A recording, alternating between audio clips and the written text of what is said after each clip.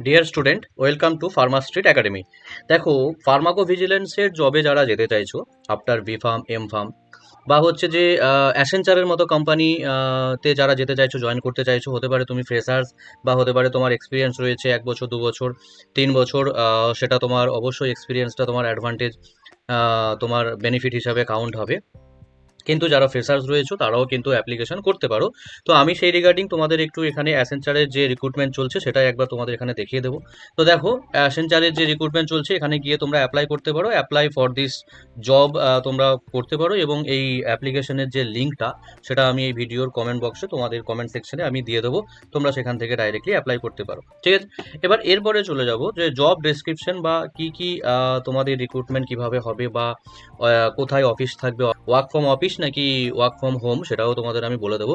এবং ওভারঅল তোমাদের এখানে যে স্যালারি কি থাকবে না থাকবে সেটাও আমি একবার তোমাদের বলে দেবো। আর কি তোমাদের কিভাবে কি কবে ইন্টারভিউ হতে পারে বা কিভাবে ইন্টারভিউ হতে পারে সেগুলো নিয়ে আজকে কয়েকটা জিনিস এখানে আলোচনা করে দেবো। তো দেখো, যারা জয়েন করতে চাইছো বা ফার্মাকো ভিজিলেন্সে যেতে চাইছো, তাও অ্যাসেঞ্চারের মতো একটা কোম্পানিতে, one of the reputed company বলা যেতে পারে, তো সেখানে ফার্মাকো ভিজিলেন্সের যে তোমার রিকোয়ারমেন্ট সেটা হচ্ছে যে অবশ্যই ফার্মাকোভিজিলেন্স অ্যান্ড ড্রাগ সেফটি সার্ভেলেন্স ডিপার্টমেন্টে তোমার নলেজ থাকতে হবে, এবং সেখানে সেই রিলেটেড তোমার কাজকর্ম। ডেজিগনেশন কি হবে?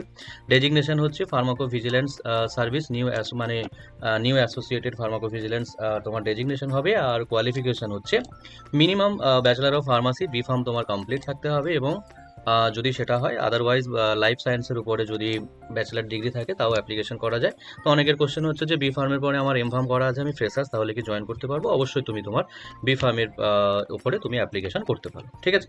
Next, year of experience. Experience কি চাইছে এখানে? ফ্রেশার্স হলেও চলবে, 0 থেকে 1 বছর পর্যন্ত বলা আছে। তার মানে তুমি যদি ফ্রেশার্স হো তুমি অ্যাপ্লাই করতে পারো, তোমার 6 মাস 1 বছরের এক্সপিরিয়েন্স থাকলেও তুমি অ্যাপ্লাই করতে পারো, ঠিক আছে। তো এখানে অ্যাবাউট সেকশনে গেলে তোমরা অ্যাসেঞ্চার কোম্পানি সম্পর্কে একবার জানতে পারবে। অ্যাসেঞ্চার হচ্ছে একটা গ্লোবালি প্রফেশনাল সার্ভিস কোম্পানি, যেটা হচ্ছে আমরা অনেক সময় বলে থাকি মাল্টি ন্যাশনাল যে কোম্পানিগুলো হয়।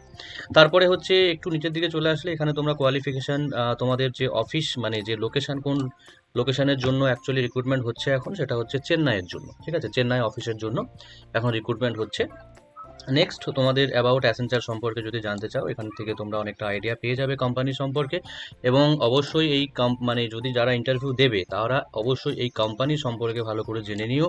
কারণ অনেক সময় ইন্টারভিউতে জিজ্ঞেস করে যে তুমি অ্যাসেঞ্চারে কেন জয়েন করতে চাইছো। অনেক আরও ফার্মাকোভিজিলেন্স কোম্পানি রয়েছে, আইকিউভিয়া, তারপরে হচ্ছে তোমার উইপ্রো। তো সেগুলোতে না জয়েন করে তুমি অ্যাসেঞ্চারে কেন জয়েন করতে চাইছো? তো সেখানে তোমার অবশ্যই কোম্পানি সম্পর্কে একটা নলেজ কিন্তু থাকা কিন্তু ইম্পর্টেন্ট, ঠিক আছে। এরপরে দেখো, তোমাদের অনেকের কোশ্চেন থাকে যে ফার্মাকোভিজিলেন্সের কি কোশ্চেন হয় ইন্টারভিউতে। তো বেসিক্যালি কিছু কোশ্চেন থাকে যে কোশ্চেনগুলো কমন থাকে, ঠিক আছে। কিছু কমন কোশ্চেন থাকে যেটা যে কোনো ফার্মা মানে ভিজিলেন্স ইন্টারভিউতে যে কোনো কোম্পানি সেটা মোটামুটি কম বেশি জিজ্ঞেস করেই থাকে। তো সেই রিলেটেড আমি তোমাদের একটা আলাদা ভিডিও বানিয়ে দেবো, যেখানে তোমরা একটা ওভারঅল আইডিয়া পেয়ে যাবে যে ফার্মাকোভিজিলেন্সের কোন কোন জায়গা থেকে কোশ্চেন থাকে বা কোন সাবজেক্ট থেকে বেসিক্যালি কোশ্চেন হতে পারে। তো আমি তোমাদের একটা সেপারেট ভিডিও বানিয়ে দেবো, ঠিক আছে। তো এবার হচ্ছে যে এই কোম্পানিতে তোমাদের মোটামুটি কি করতে হবে, তাহলে এখন প্রসেস ইন্টারভিউয়ের জন্য তোমাদের এই অনলাইন অ্যাপ্লাই করতে হবে। অ্যাপ্লিকেশন লিঙ্কটা আমি দিয়ে দেবো কমেন্ট সেকশনে, তোমরা অ্যাপ্লাই করবে। অ্যাপ্লাই করার পরে তোমাদের যদি সিভি যেগুলো যেগুলো তোমাদের অ্যাপ্লাই করার সময় দেবে, সেটা যদি কোম্পানির মানে শর্ট লিস্টেড হয়, তাহলে তোমার কাছে মেল আসবে বা তোমার কাছে কল আসবে। অ্যান্ড তোমার কিন্তু ইন্টারভিউ হয়তোবা অনলাইন ইন্টারভিউ হতে পারে, আদারওয়াইজ তোমাকে চেন্নাইতে হয়তোবা ইন্টারভিউ দিতে হয়তোবা যেতে বলা হতে পারে, ঠিক আছে। তো সেটা চেন্নাইতে হোক বা ইন্টারভিউ বা যেখানেই হোক, যারা জয়েন করতে চাইছো অবশ্যই অ্যাসেঞ্চার খুব ভালো একটা সুযোগ, জয়েন করে যেও। কারণ ম্যাক্সিমাম টাইমে কি হয়, অনেক সময় এই অ্যাসেঞ্চারের রিক্রুটমেন্ট আসে কিন্তু সেখানে এক্সপিরিয়েন্স চায়। তো যেহেতু ফ্রেশার্স, যদি তুমি ফ্রেশার্স হয়ে থাকো, তো তোমার জন্য এখন সব থেকে ইম্পর্টেন্ট হচ্ছে তোমার এক্সপিরিয়েন্সের ট্যাগ লাইনটা নেওয়াটা, ফ্রেশার্সটা কাটানো। তার জন্য তুমি অবশ্যই এখানে জয়েন করতে পারো যদি তোমার মনে হয়, ওকে। আর স্যালারি যদি বলি, তাহলে মোটামুটি যেটা হচ্ছে স্যালারি হয়ে থাকে অ্যাসেঞ্চারে, সেটা হচ্ছে এক্স্যাক্টলি তো এখানে কিছু বলা নেই, তবে অ্যাজ এ ফ্রেশার্স আমাদের এক্সপেক্টেড হয়তোবা 20 22 থেকে 25 পর্যন্ত এক্সপেক্টেড হতে পারে, একটা ওভারঅল বললাম। এটা হয়তো বা কম বেশি হতেও পারে, তো অ্যাকচুয়ালি অ্যাসেঞ্চারের যে স্যালারি স্কেল সেটা এখানে কিছু বলা নেই। তো একটা এভারেজ আইডিয়ার উপরে আমি তোমাদের এটা বললাম, ঠিক আছে। এরপরে তোমরা যখন ইন্টারভিউ অ্যাটেন্ড করবে, তোমাদের সিলেকশন হলে তোমরা সেখানে অ্যাকচুয়াল যে স্যালারিটা সেটা তোমরা জানতে পারবে। হয়তো যেটা আমি বললাম তার থেকে বেশিও হতে পারে, আবার এটাও হতে পারে, ঠিক আছে। তো এই হচ্ছে আজকের একটা ভিডিও, তোমাদের জানানোর ছিল ফার্মাকো ভিজিলেন্সের এটা নিয়ে। তো আশা করি তোমরা মোটামুটি বুঝতে পেরেছো।